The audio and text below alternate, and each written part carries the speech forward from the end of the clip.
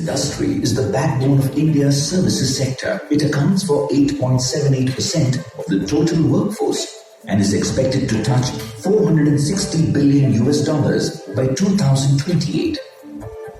Audiovisual and gaming. The Indian audiovisual industry is a champion sector for the Indian economy. With initiatives like Make in India and Digital India, this industry is poised to grow. Management consulting services. India is the third largest exporter of professional and management consulting services. The other key sectors are transport and logistics services, accounting and finance services, legal services, construction and related engineering services, environmental services, information technology and information technology enabled services, communication services, financial services and other services. SCPC is an apex trade body which facilitates service exporters of India.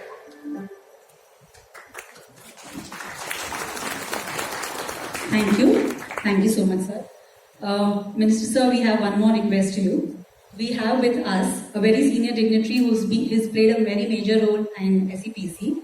We have with us Mr. Lalit Bhasin, who's the managing partner of Bhasin and Company and president of Society of Indian Law Firms and Bar Association of India. He's also president of Indian Law Foundation, honorary life member of International Bar Association, a member of ICC, Arbitration India Core Group, past president of the Inter-Pacific Bar Association, and former chairman of the Film Certification Tribunal of India.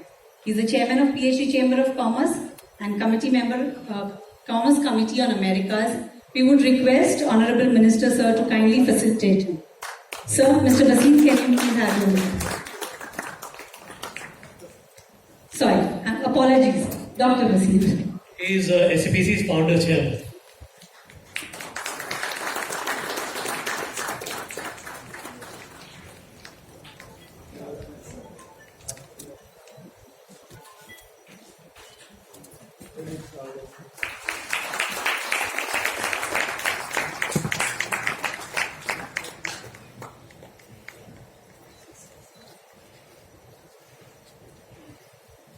Sequence politicians and sequence.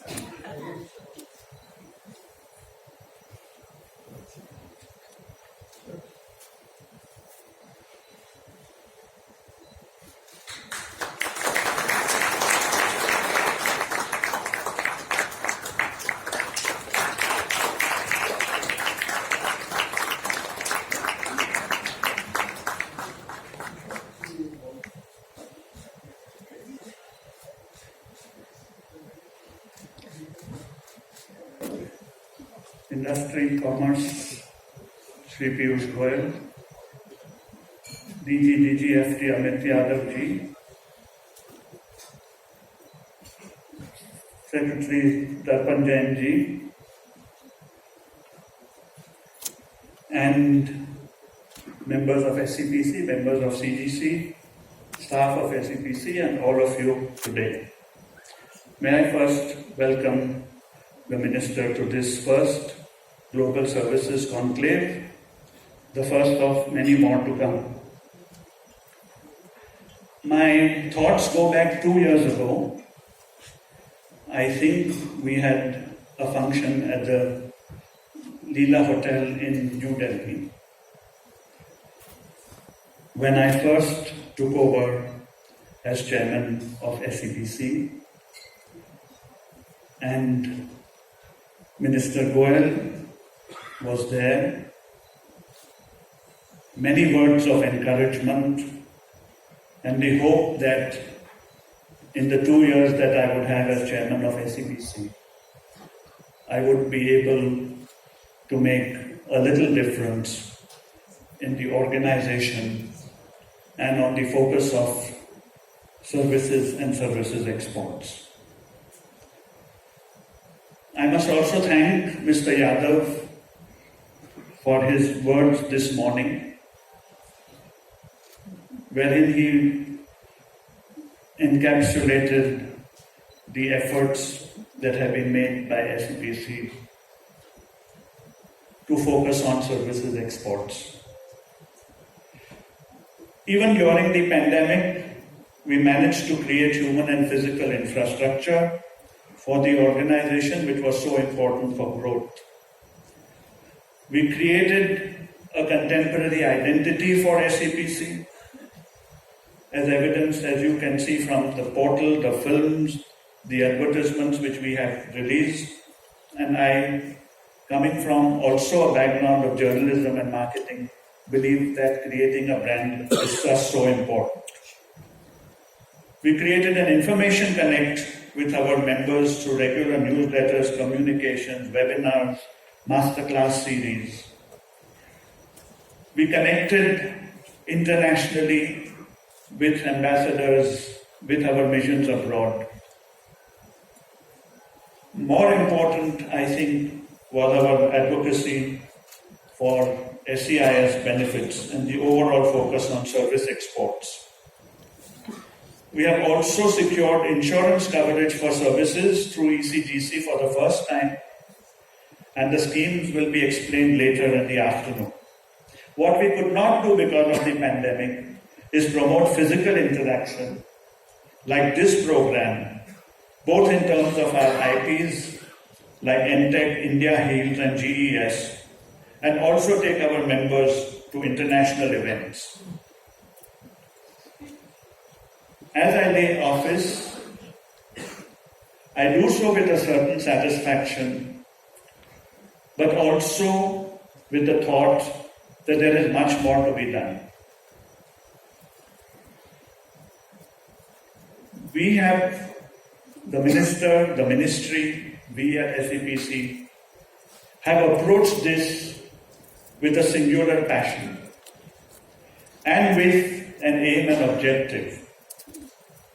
We are all motivated by one factor, the overall growth of our economy, contributing to the well-being of our people by creating employment, more opportunities, and a better life for them. We may or may not reach $1 trillion, though we will make all efforts to do so. But as the minister was pointing out, that 7% CAGR is not very exciting. And I promise him that we must try and grow at least double at 15% CAGR, which we are achieving in this year, 21-22. In all our interactions, and the minister has, as Mr. Yadav said, that there were 28 EPCs in the manufacturing and commodities sector and one in the services sector.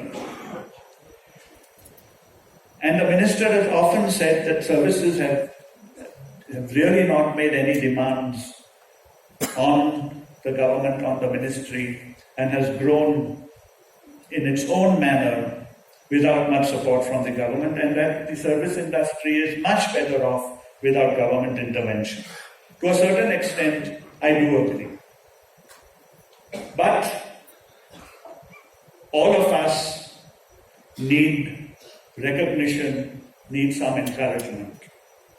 And it has been my endeavor, again as Mr. Yadav has pointed out, to try and ensure that there is some parity in perception as far as services and as far as merchandise and manufacturing exports are concerned. We are certainly not asking for much, but if some incentives were to be given, there is so much more that one can accomplish. It is not just the people who are already in the services export sector, but it is the entrepreneurs who may decide in the future what role they should have, what path that they should follow, that government encouragement would certainly help them to decide and would certainly help in the growth of our services exports. advocate long for SEIS. In fact, we propose that there be a cap so that the MSME sector, the smaller, marginal players, companies benefit. And we are glad that that was passed. But excluding certain sectors, which we had requested that not be done, has also hurt quite a few of our members. And we must realize that in every sector, there are big players and there are small players. And just because some big players, a few big players, do not need help, do not need sustenance, the rest of those in that field, they should not suffer because of that. The incentive should be available to them. Going forward, we have incentives for 1920. We will have to work hard for 2021. But, and I agree, that we cannot live and survive on incentives alone. That we must find a way of being competitive and of growing on our own strengths. Having said this, if you have given 2,000 crores as an SEIS incentive for 1920, another couple of hundred crores, and including all sectors, would not have hurt. There are other issues also where the perception of services, and this is very important, the perception of services, because of the way that our champions in the ITES have performed beyond all expectations and in an absolutely international forum, the perception is of services of being ITES mainly, whereas they contribute about 50%. And this conclave is about finding ways of how the other sectors can contribute once the ITES reaches a plateau. And there are three sectors: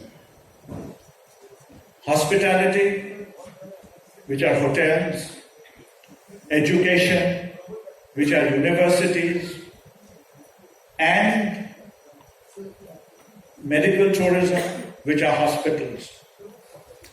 They have physical infrastructure.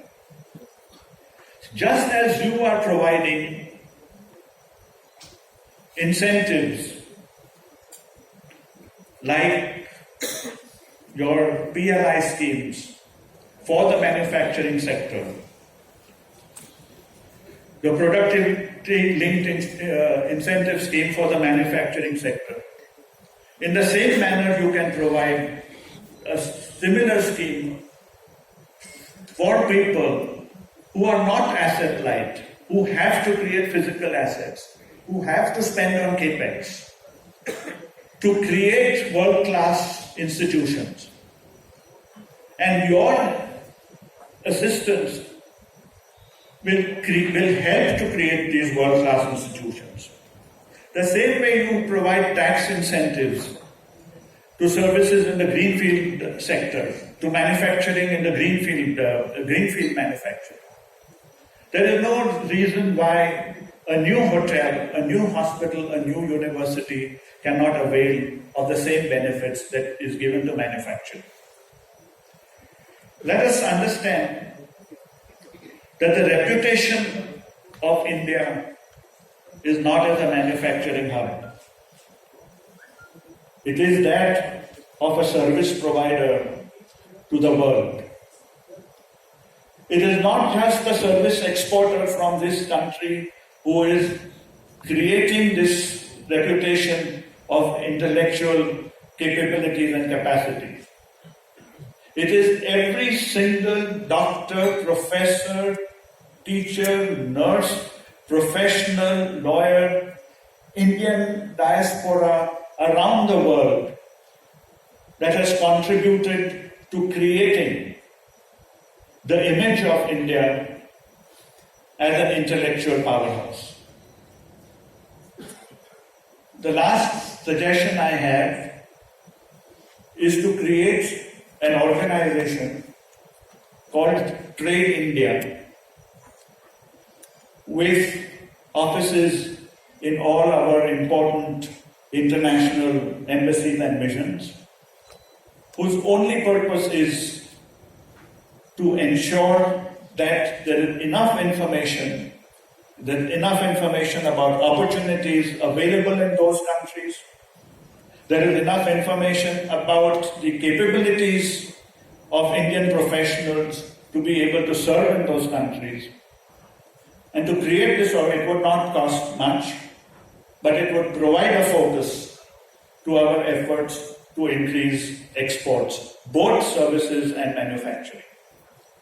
Once again, I take this opportunity to thank the Minister, who has been extremely encouraging. His doors have always been open.